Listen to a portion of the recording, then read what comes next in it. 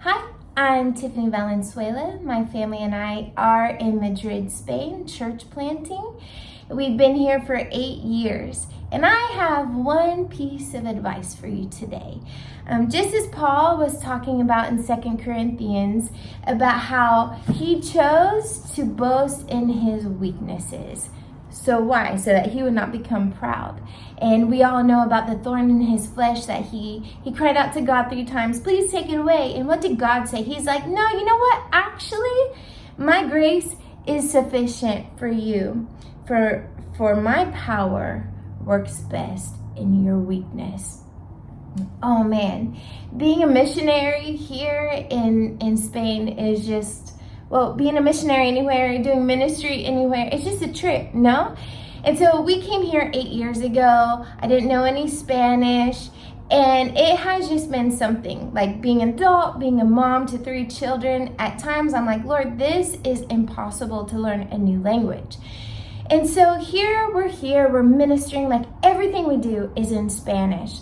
The church, all the ministry there is in Spanish, the discipleship that we do, all the worship, all of these things. It's like, Lord, so many times I've said, Lord, you know that if you called us like to the States or to another English-speaking country, don't you know how much more effective I would be to teach people about you, to be able to counsel people, to comfort people, to really share what's on my heart? Lord, don't you realize that? And yet, over the years, I'm convinced that, he just gets more glory for it. Even though at times I feel like I speak like a little child in this language, although we're like leaders in the church. My husband's a pastor, I'm the pastor's wife, I lead worship, all these things. And at times I'm like, these poor people, like, what do they think when they come here? But I'm convinced, I am seriously convinced that God just gets more glory in it. Maybe we'll never see it on this side of eternity. Maybe we won't. But he has called us. And that is something that we need to remind ourselves that he's called us to these churches, to these countries, to these groups of people doing ministry in this language or in this neighborhood, whatever. He's called us knowing our weaknesses. Like our weaknesses, the things that do not come natural to us, those are not a surprise for him. And yet he has called us to operate in those.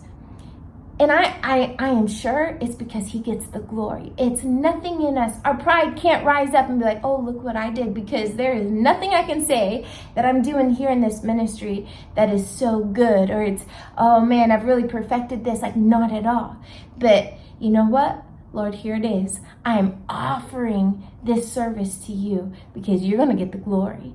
And it's amazing to see whenever we step out in faith, because that's what it is. It's a step of faith in our weakness, and we see God begin to move, and we see God begin to work, and really our hearts just give him praise because we know that it had to be a work of the Spirit to work in spite of my weaknesses.